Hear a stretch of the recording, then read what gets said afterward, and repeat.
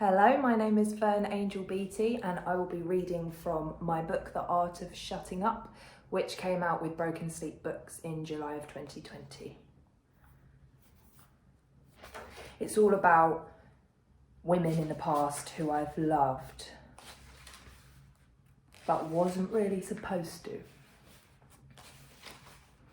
The first poem is called She Will Leave My Lips for Some Younger, Prettier Girl, written from the perspective of the other woman, and it's after a poet I admired very much when I was younger called Clementine von Radix. The red of her lips should pose a stoplight. Instead, they are the torero's flag doubled, and I can't help but charge forward. I am all beast, bull, wolf at full moon.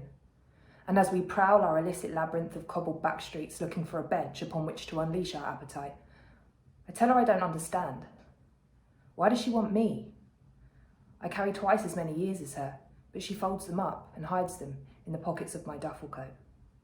They hold me down with a weight she offers to help me lift, and I want to let her, but this sin is my cross to bear and mine only. Remember, I tell myself, she will abandon it once my skin grows translucent and the road uphill gets too tough for her restless thighs. But for now, she is strong. Pushes me up against the railings with just her mouth, mine open in weight, hands hungrily reaching up skirt to grab two halves of a peach. She whispers baby, and instantly that's what I am. I long to claim her as mine, but am weak. All I can muster between moans are two words, my girl. And what does that mean? This has to stop. I am flint and she is the match. One stroke, one strike too many, and she could set me alight. I will rush home to be doused and end up setting my whole house on fire. This needs to end. I'm terrified I'll start to resent the life I've built. So I take her for lunch and ask her if she wants kids, force her to think about her future. I take him for cocktails at all the places on our bucket list. She takes off the ring I bought her. I send her a rose, another redhead to wet instead of me. Each day, my eyes follow her up the stairs, darting down as she looks my way, head thrown back with laughs for someone else. I mask my loneliness behind a screen, envy her middle finger on the clit of the mouse. Bit raunchy. What one next? I have a couple of small ones. This one's called Washing Powder. It's about the scent of someone that I just loved. You are your own brand of fragrance. Scent so good your sweat could be bottled and flogged to the masses.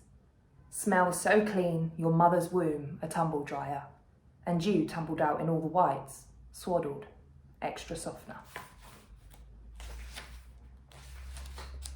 Friday.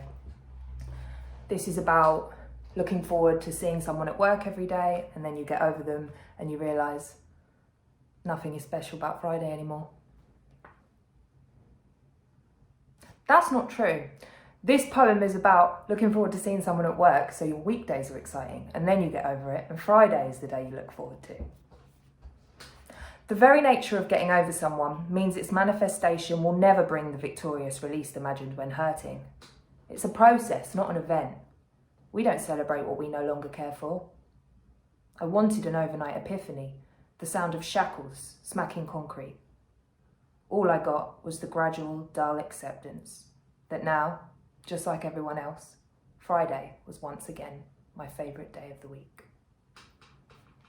Two friends. It's about that bond you have with someone that used to be something more and isn't anymore. We don't have to speak every day, it just seems to happen that way. Look how we've grown from complete strangers to kin through alchemy of the blood. Although we cannot be the ones to join our families, we make sure there's a chance for our descendants.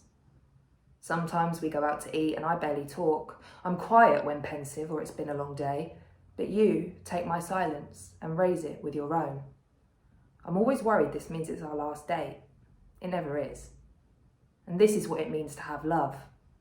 We conquered the honeymoon phase of fear and blaze, recouped after the breakup that was needed back when we didn't know what to do with all this chemistry, back when it reeked of hazard. Now we are skilled apprentices in science, have taught ourselves, each other, to manage the flames, and this is why we can now spend days apart without a burn.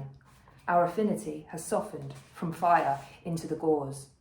We know we can't be together, so we always are. This is as good as it gets, but it's not the agonising thrum of loss, rather something special to embrace, a private party to enjoy. It's the reason we order an extra morning coffee or eat from each other's plates without asking, why we listen before reacting, and why friend is the weakest word between us. Our months together now pass by unpinched as a quiet cloud. Then in June, I'll glance back at April or May and realise you've stripped another of my layers without my noticing. Do you know how much of an art that is? That I can spend my whole life stitching myself up with spider silk, only to unravel myself to you and reign with the least embarrassment. It still surprises me that night the liquor filled me up until my eyes burst unabashedly and drenched you, unexpecting, in my loneliest confession. And you just held me, even after all this. I guess that's how I learnt you are sanctuary, trusted you still have me. I knew we would walk together how we always did, regardless of distance or weather, back through all our London landmarks to where we needed to be. Whether hand in hand or you marching feet ahead, laughing or sulking, flirting or fighting, with you and I there is always the promise of tomorrow. Neither of us are going anywhere. In a room full of people you love, it says a lot where you set your base. And I may not let you forget the time you tried to throw me away unsuccessfully. I know it's tiring, I still make you pay for it. But no matter how many times my young heart parades its new marvels in front of you like your row of 10 tequilas, it's still you I search for when the lights come on and everyone calls their taxis. It is you who takes me home, the one who rocks me to sleep. Thank you.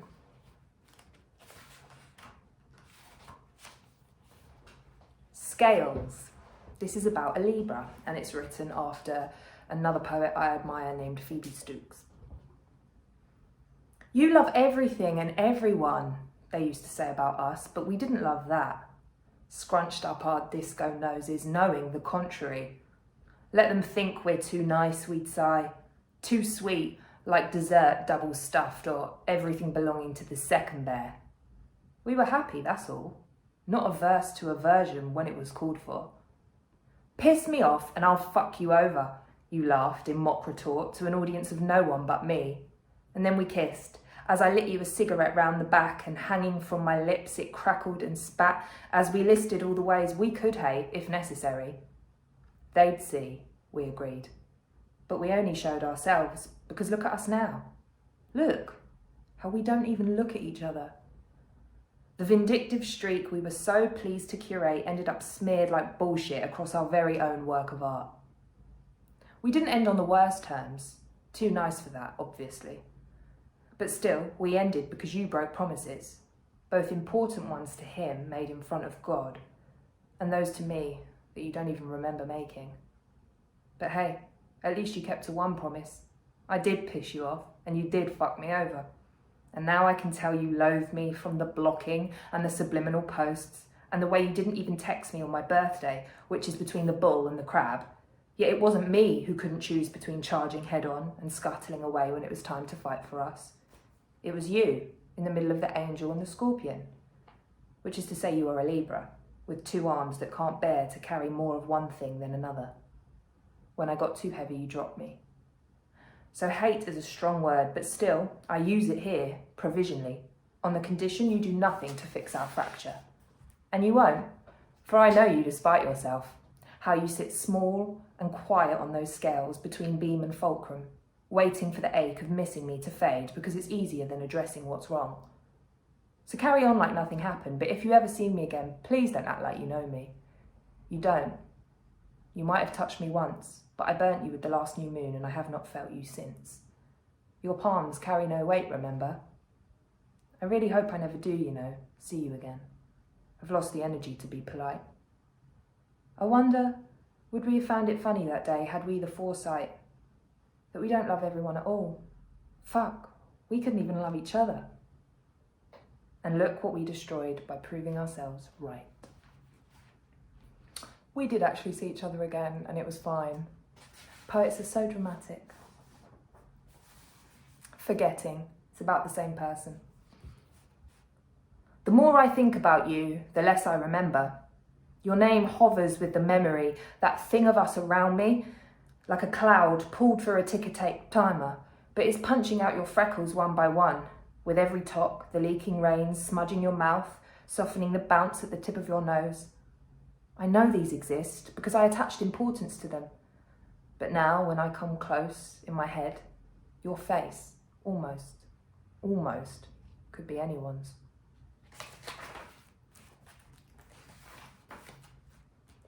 Ding dang dong, sing sang song, bing bang bong.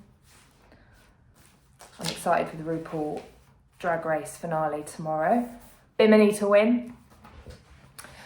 Last two poems now. This is called Emma, and it's about my yoga teacher who I adore. She's one of my favourite women in the entire planet, on the entire planet.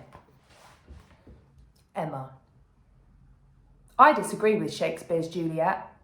There's so much in a name. How could there not be when yours means whole or universal? Emma. Heart of perfect symmetry, inspiring harmony between body and mind, ether and earth. Hold a mirror to its centre and the reflection is immaculate. Emma. You only need to look around the room to see it. All your students echo before you on an alpine horizon painted on the back wall of our yoga studio. As above, so below. When life moves fast, you are permission to pause, to harness energy and sit with it a while. And as you tread amongst us, I delight in all I've manifested. Even this, here in our crypt, candle in your hand to light your path along the labyrinth of our bodies held in sphinx. What more could I ask? Of your voice in the dark, reminder we are timeless. M. Soft hum, the pause between thought and speech. Offered, for example, when you confuse your left and right, or that time I asked you to describe your experience with sun gazing and you couldn't. You tried, running strong fingers through honey hair, Earl Grey gaze trailing off into the distance, but faltered, blinded by the memory and unable to find the right words. I wanted to call out to you then that I too understood, in your presence, the incapacity to articulate a feeling so profound. Deep core, balancing beginning and end the way Wednesday does my week. A gentle sigh, dove released, seeing your face after a long day, balm to my 9 to 5 ache. Ma. Open finish, the space you allow when suggesting. Vowel, not closed unto itself, but receptive to the sounds which succeed it. What I'm saying is, it's no coincidence babies choose this as their first word. Ma. So pure, they repeat it once deciding it is time to allocate a sound to love. So yes, you by any other name would smell as sweet, but not feel the same in the mouth. Names are heavy things, weighted with years by the nuance in which they have been called, colouring a lens through which one is identified. And yours, I imagine only uttered gently through the lips of one who loves you, or with tender concern, which in itself, I think, says everything about you. So this is why names are important, because I've said too much, when Emma is enough. Last poem, it's about the same person, Emma. When we were doing yoga teacher training, me and my friend, who's also called Emma, had this thing where we were convinced the other Emma, the yoga teacher, was a colour. We were like, isn't she just so blue?